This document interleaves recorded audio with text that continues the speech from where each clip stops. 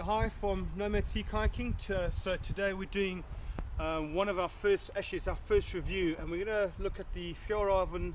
I'm not going to apologize for the pronunciation, I'm South African, so I pronounce it how I pronounce it. So the Fjallraven Keb trekking system. Okay, what we're going to look at is the trekking pants, the Keb trekking pants, the Keb trekking fleece, that one there, and finally the outer shell Keb jacket, the trekking jacket.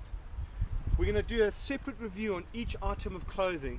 Today we're going to start with this jacket here, the Keb trekking jacket. Okay, so once we've done a review on each item, we'll then do the fourth video where we'll look at the layering system and how all of these items are put together to form a really efficient and effective layering system. So for now I'm going to just put these aside over there, and we're going to look at the Keb jacket.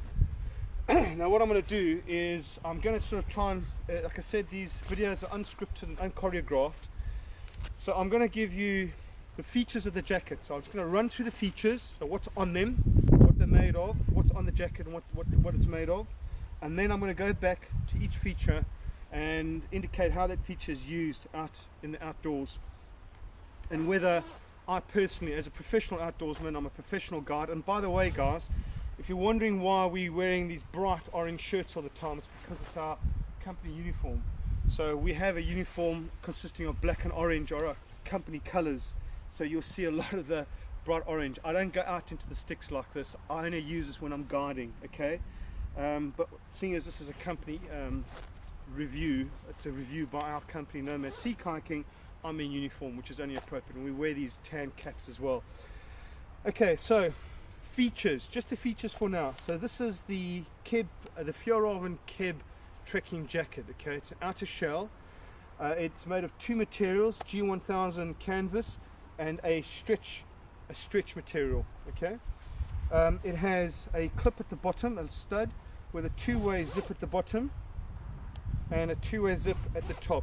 It zips all the way up to past your chin to give you a complete protection around the face as well. Okay, like that. It has a tunnel hood, and I've got myself stuck in the thing. It has a tunnel hood, so nice and long, as you can see, folds back over there for practical purposes and just sits back really comfortably. Okay, Velcro sleeves, cuffs rather on the sleeves, quite long, and this is an extra large. I'll come to the size in a second. So really basic. It has 3 pockets. It has 2 chest pockets, and these are really handy. I'll come back to those again. Really deep, they go from that corner there to that corner there, take up the whole chest, with nice leather pull tags so that you can use gloves.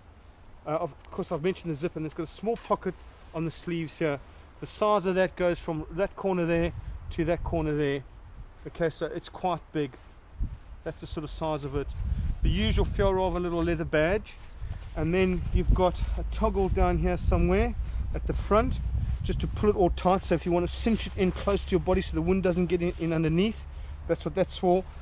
And then up here, I don't use these toggles, but there's a toggle there. So once you've got it all zipped up, you can cinch this and pull it in, and that's the idea of that, is to keep all the heat inside the jacket. Okay, so those are the 2 toggles, and you've got the nice the leather pull, so if you're wearing gloves you can use those. There are ventilation zips on the side, so you can open it up or close it up, so the zips work both ways. Okay, again with leather pulls on them. Alright, at the back of the hood there's an adjustment system there, and that's just to cinch the hood down, basically to pull it back. I'll come back to that adjustment in a minute. So those are the features of the jacket. Size wise, I'm 6 foot, I'm quite stocky in build, I'm 94-95 kilos on a good day, and depending on how much I'm eating in winter time, probably 98 kilos. At the moment I'm standing at about 96-97 kilos, 6 foot tall. I'm an endomorph, fairly well built, and this is an extra large. And originally when I bought this, I bought it in a large and it was too tight. This is meant to be a nice snug fit, okay? And when I say snug, what they Fjallraven refer to a regular fit. So it just fits you nicely. If you look from the side, you can see it covers my bum, and I have got quite a big butt, a big hammer, and that hammer there has to be covered by my jacket, okay? So nice to keep your bum warm in a wind from the rear, which quite often happens, okay? So you can see size-wise, in terms of stretch and so forth, it's not a problem because you've got the stretch material. It really doesn't constrict you at all, so it's really well thought through. So that's size. So this is extra large, and as I said, my first jacket was a large, it was too small. So think carefully about your size.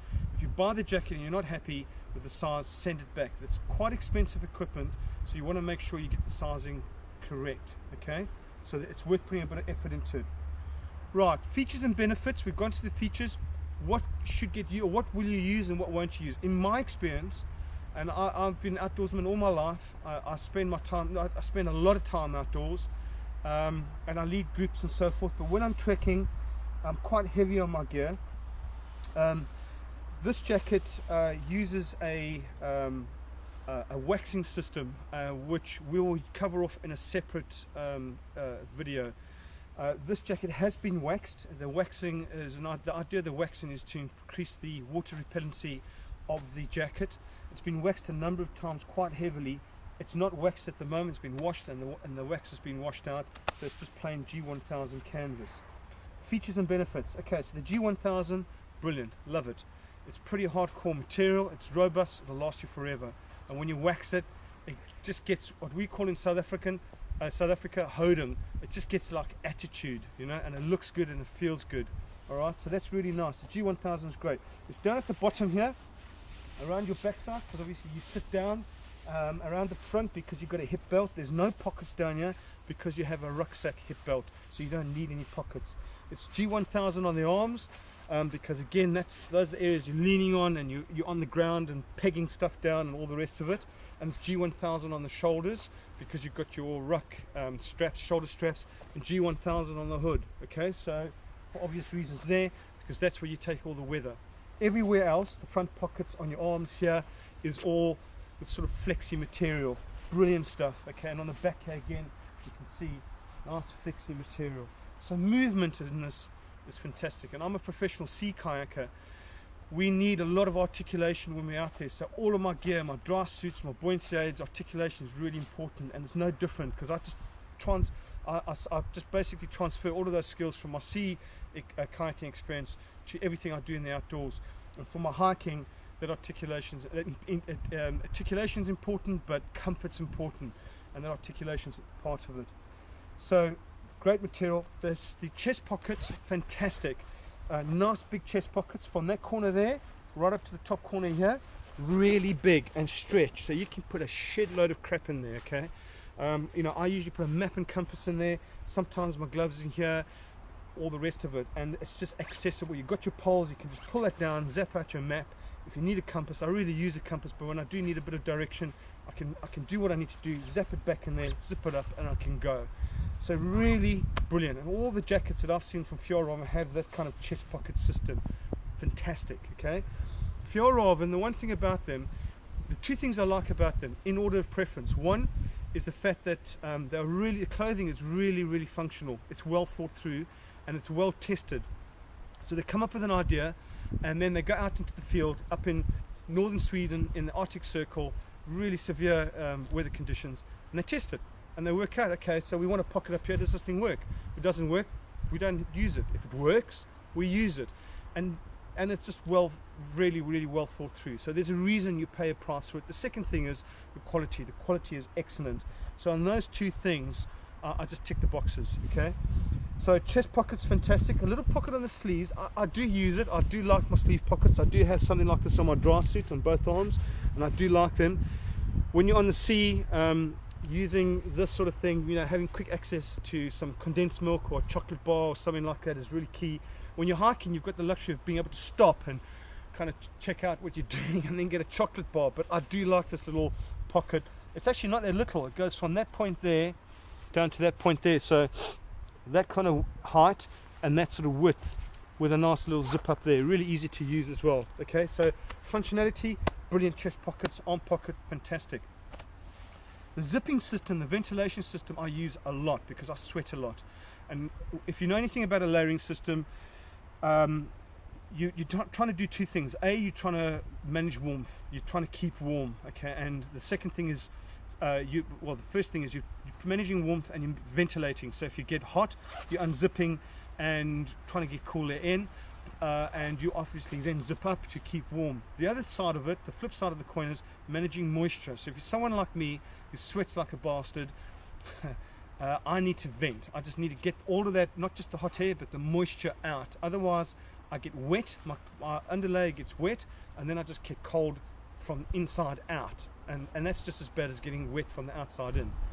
So ventilation is important. Functionality of the jacket, you can unzip from the bottom up, which means you can get to your weapon or whatever you need to get to, or your gear. Just joking, guys. And the again, venting from the bottom here is brilliant. Again, that zip can just be zipped all the way down. I don't know what it's caught on. It's caught on something. And you've got the top zip up here to zip it all the way back up again. Okay, and then you've got a button at the bottom just to clip it closed so that it's secure. All right. So, and the zips are really good quality. YKK zips as well.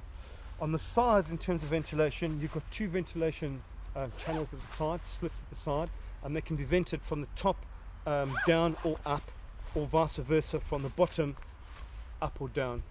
Actually, the orange shirt's working quite well now because you can see right the way through there. Okay, and I use this a lot, and it's not the easiest thing to get to when you're walking uphill and it's raining, it's pouring, and you've got your gloves on. Get to it, but it is possible to get to it and give it a little tug, which means that you're able to vent, which is better than not venting. So functionality, fantastic. These are just a real plus when you're out there. Okay, ease of use on your cuffs. When you put gloves on, particularly in snow, you put your gloves on, you velcro them up, and then you take this cuff and you put it over the top of your gloves, and it's quick and simple and easy to velcro up, and you can adjust the size as well. So that's a nice simple system. Okay, these tensioners at the bottom over here, these toggles, I don't use them. I've never used them. I've never found the need to pull this in. If anything, I want a little bit of fresh air coming in. I put more emphasis on venting than I do on kind of closing myself up. And the same thing at the top here. I very rarely zip all the way up to the top. I will pull my and I wear a baseball cap a lot. I will pull the hood up over my baseball cap, or if it's very cold and wearing a beanie, and that works just nicely. Usually like that, so I can get a little bit of air. I feel like I'm getting claustrophobic. The weather really comes in. On a few occasions, not often, but I've zipped up, and I've also extended the outside of the this tunnel hood, and then you get this kind of tunnel length to it, so it's like a tube, and you're sitting inside and you're really sheltered from all the wind. Okay, and I don't know if you guys have seen the fur that goes around. We don't have it on the Keb jacket. We don't really need it because it's not for that kind of season, but for the big winter anoraks they have the fur, and that's to keep the snow flurries, when you have snow flurries and blizzards and that sort of thing, from the snow getting in on your face, or even the rain. This is more than sufficient for what we're doing when we're trekking long distance. Okay, it works very well. It's a brilliant system. So just fold that back, zip it down a little ways, and it goes back. So in terms of functionality, I love the hood. I very rarely use it, but boy, when the weather comes in, I just smile to myself, flip this up, zip it up, and keep on going. And I only need it on for a few minutes, and then I pull it down again to cool off. And then again with the rest of the layering system, and later videos you'll see how that system works. Alright, so just checking, making sure I haven't missed anything. I've done the sleeves and the cuffs, the toggles, the zip, the ventilating system on the side, the pockets, and I think most importantly the hood. So in summary, brilliant jacket, pricey, they're not cheap, particularly on the main website, Fjallraven. If you look around and you hunt around on your search engines, I'm sure it's the same in America and in Europe, certainly it's like this in the UK. If you search around on search engines, you'll pick up good prices, usually because they have limited sizes, end of season, they're trying to get rid of them, and you might have to take a crappy color.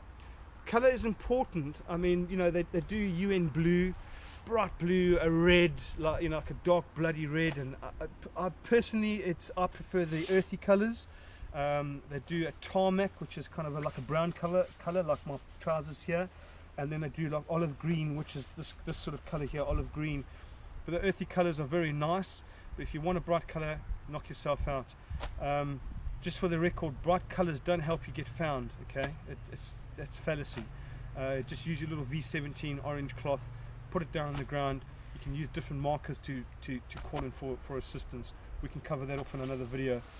But so they come in different colors. Hunt around for good prices. Essentially, whatever you pay for it, you're going to get great value for money. It's pricey, but great value for money. So you can buy a very expensive car.